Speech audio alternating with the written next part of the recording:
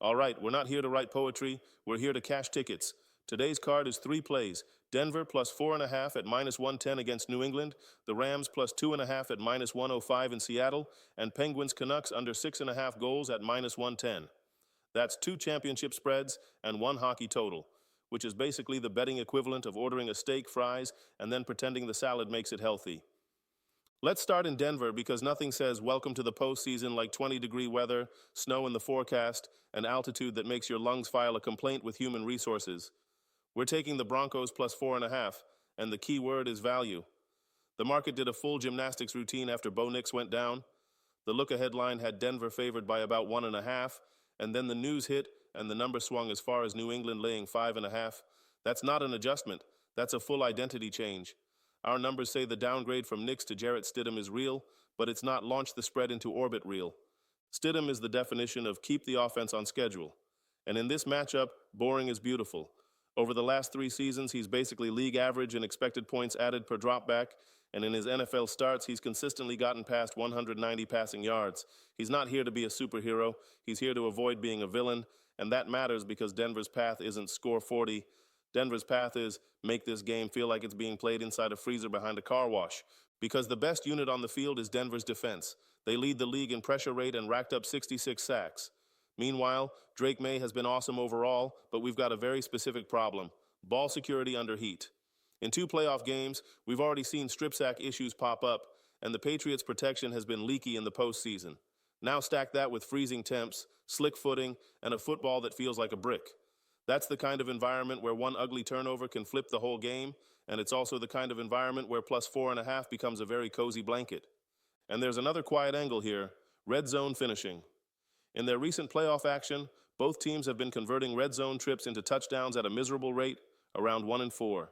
That's field goals, punts, and why are we like this moments. Low-scoring games are where points matter most, and Denver at home in that weather is built to drag this into the mud.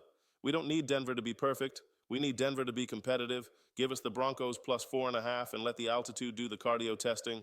Now let's fly to Seattle for Rams at Seahawks. And yes, this is the part where we pretend divisional games make sense. These two played twice already, and the combined difference was basically a single point and a single yard. That's not a rivalry.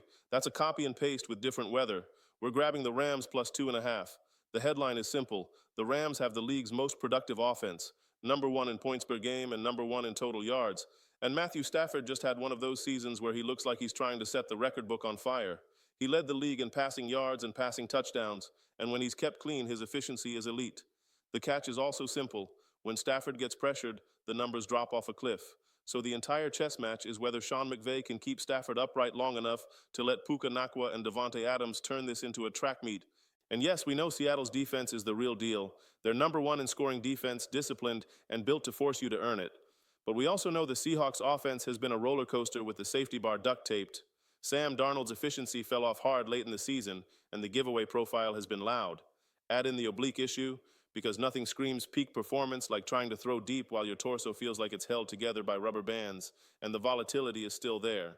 Seattle also took a huge hit losing Zach Charbonnet. He was their red zone hammer, and now they're asking Kenneth Walker III to be the whole run game. Walker is explosive, but the success rate has been shaky, and that's how you end up in 3rd and long in a championship game against a Rams pass rush that has been living in Seattle's backfield this year. That's not a great recipe unless your halftime adjustment is, please stop doing that. And here's the sneaky part we love: the home field aura isn't what it used to be. Seattle's recent home record hasn't matched the mythology. The crowd is still loud, sure, but loud doesn't automatically equal cover. The Rams, on the other hand, have been road-tested under McVay. They don't show up to hostile stadiums and melt. They show up and act like they pay rent. We also get an officiating variable that historically plays friendly to underdogs. Clay Martin's games have skewed toward the dog covering, and the Rams have done extremely well in his assignments with McVay and Stafford.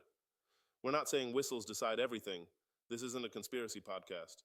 We're saying in a game this tight, tiny edges matter.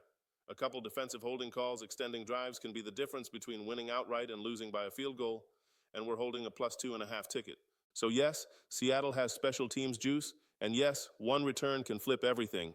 But in a matchup this even, we take the points with the offense that can create chunk plays on command. Rams plus 2.5. Now for the nightcap on ice, Penguins at Canucks under 6.5. And if you're thinking, Marcus, Vancouver gives up goals like they're handing out free samples, you're not wrong. Vancouver has been bleeding goals all season, and their penalty kill has been a horror film. Pittsburgh's power play is elite. On paper, it screams over, but totals aren't played on paper. They're played on game script. And our under is basically a bet that Vancouver can't keep up their side of the scoring bargain.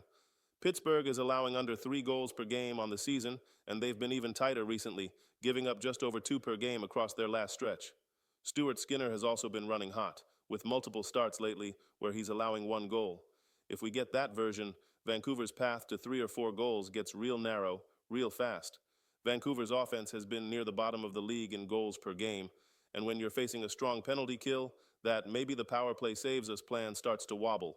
So the most likely way this under dies is if Pittsburgh scores 5 by themselves. Could it happen? Sure. But the cleaner projection is a Penguins win like 4-1, 4-2, maybe 5-1 if Vancouver's net minding gets spicy in the bad way, and all of those live comfortably under 6.5. So that's the card. Broncos plus 4.5, Rams plus 2.5, and Penguins Canucks under 6.5. We keep it disciplined, we don't chase, and we let the math do the talking while we do the laughing. Let's have a day.